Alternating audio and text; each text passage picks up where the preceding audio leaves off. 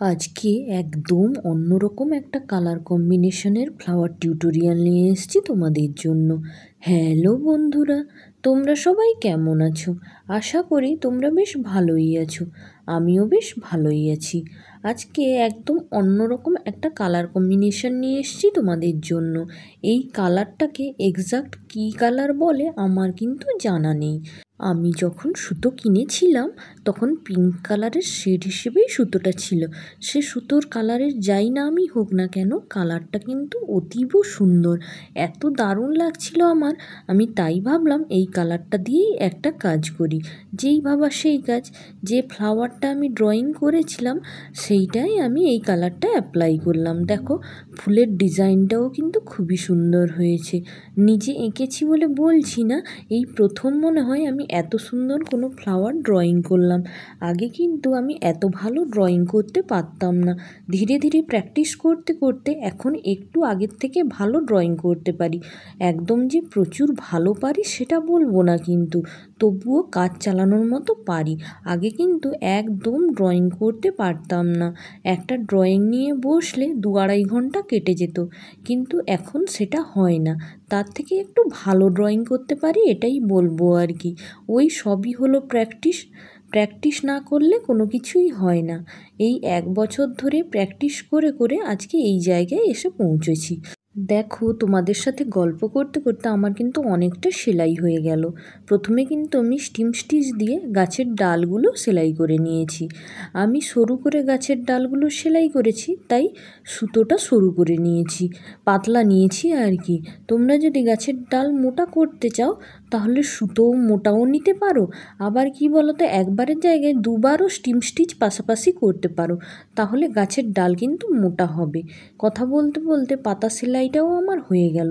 পাতা সেলাই হয়ে যাওয়ার পরে আমি দেখো ফ্রেঞ্চ নট দিয়ে ছোট ছোট ফ্লাওয়ার করে নিচ্ছি।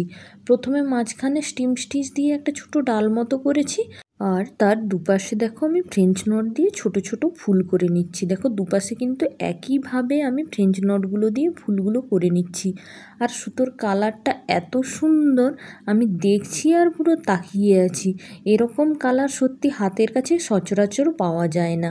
আমি যেহেতু অনলাইন থেকে সুতোটা অর্ডার করেছিলাম, তাই এইরকম সুন্দর সুন্দর কালারগুলো ওইভাবে বাল্কে অনেকগুলো সুতো অর্ডার করলেই পাওয়া যায়, না হলে দোকানে কিন্তু সব কালার একসাথে থাকে না। এই দেখো, আমি ফ্রেঞ্চ নট দিয়ে ফ্লাওয়ারটা সেলাই করে নেওয়ার পর চলে এলাম একটা পাতা সেলাই করতে। আর এবারে কিন্তু আমি সাটেন স্টিচ দিয়ে পাতা সেলাই করছি। পাতাটা একটু লম্বাটে করে আমি ড্রয়িং করেছি, আর এরকম সাটেন স্টিচ দিয়ে লম্বা পাতাগুলো সেলাই করতে বেশ ভালো লাগে। সব সময় তো আর ফ্রেঞ্চ নট দিয়ে পাতা সেলাই করতে ভালো লাগে না, তাই আমি এই মাঝখানে দেখো দুদিকে দুটো এরকম সাটেন স্টিচ দিয়ে পাতা সেলাই করব বলে লম্বা লম্বা পাতাগুলো ড্রয়িং করে নিয়েছি। এরপরে কিন্তু আমি বড় ফুলটা সেলাই করতে চলে আসব। তার আগে দেখো, দুটো ফুলের একটা ফুল আমি আগে থেকে সেলাই করে নিয়েছি। তোমাদের বোঝার সুবিধার্থে দেখো ওরকমই ফুলটা সেলাই করব। আর হ্যাঁ, ফুলটা কিন্তু আমি কাশ্মীরি স্টিচ দিয়ে সেলাই করছি।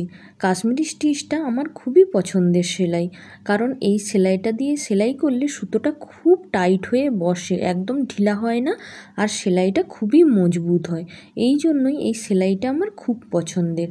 তাই যখন ভাবছিলাম যে কী স্টিচ দিয়ে ফুলটা সেলাই করব, তখন মনের মধ্যে এই কাশ্মীরি স্টিচ নামটাই যেন বারবার হতে থাকলো। তাই যেমন মনে আসলো সেরকমভাবেই আমিও কাশ্মীরি স্টিচ দিয়ে এই ফুলটা সেলাই করতে বসে পড়লাম। আর কাশ্মীরি স্টিচ দিয়ে সেলাই করতে কিন্তু একটু টাইম লাগে, সাটেন স্টিচের মতো এত তাড়াতাড়ি হয় না।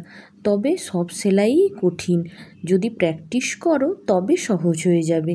সাটেন স্টিচটাও কিন্তু দেখে শুনে করতে হয়, যাতে পাতার প্রত্যেকটা যে সূচ তুলছি ওইগুলো যেন এক সমানে সমান্তরালে হয়, ওপর নিচে যেন না হয়ে যায়।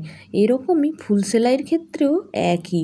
এই যে কাশ্মীরি সেলাই দিয়ে ফুলটা সেলাই করছি, যেন ফুলের পাপড়িগুলোর যে সুতোগুলো তুলছি একটার নিচে আর একটা হয়, কোনোটা ওপরে কোনোটার নিচে এরকম যেন না হয়, বা কোনোটা একটু বেশি ফাঁকা হয়ে গেল। যদি কাশ্মীরি সেলাইয়ে স্টিচগুলো পাশাপাশি না হয়ে ফাঁকা থাকে তাহলে কিন্তু দেখতে এতটা ভালো লাগে না। তাই বলবো সব সেলাই কঠিন যদি না প্র্যাকটিস করি। যদি ভালো করে আমরা দিনের পর দিন প্র্যাকটিস করি তাহলে যত কঠিনই সেলাই হোক না কেন সেটা আমরা করতে পারবো। যত প্র্যাকটিস করব সেলাই কিন্তু তত ভালো হবে। দেখো কথা বলতে বলতে কিন্তু আমার ফুলের প্রত্যেকটা পাপড়ি প্রায় সেলাই করা হয়ে গেছে। এই যে শেষের পাপড়িটা এখন সেলাই করছি। আমার কিন্তু কাশ্মীরি সেলাই দিয়ে সেলাই করতে ফুলের পাপড়িগুলো বেশ মজা লাগছিল। কিন্তু কি বলো তো, একটু কষ্ট তো হয়। নিচে যে আঙুলটা রেখেছি না, ওতে মাঝে মাঝেই সূঁচটা ফুঁড়ে যায় এই কাশ্মীরি সেলাইটা করতে গেলে। সে যাই হোক, আউটপুট ভালো পেতে গেলে একটু তো কষ্ট করতে হবে, তাই কি না বন্ধুরা? যদি একটু কষ্টই না করব তাহলে ভালো কিছু রেজাল্ট কি আসবে? আসবে না। দেখো ফুলটা সেলাই হয়ে যাওয়ার পরে আমি কিন্তু মাঝের পরাগরেণুগুলো করে নিচ্ছি। আর পরাগরেণু করার জন্য আমি কিন্তু সবুজ কালারের একটা সুতো ব্যবহার করেছি, কারণ সবুজ কালারের সুতোটা দারুণ মানিয়েছিল। কিন্তু আমার ভিডিও যদি ভালো লাগে তাহলে সবাই পাশে থেকো।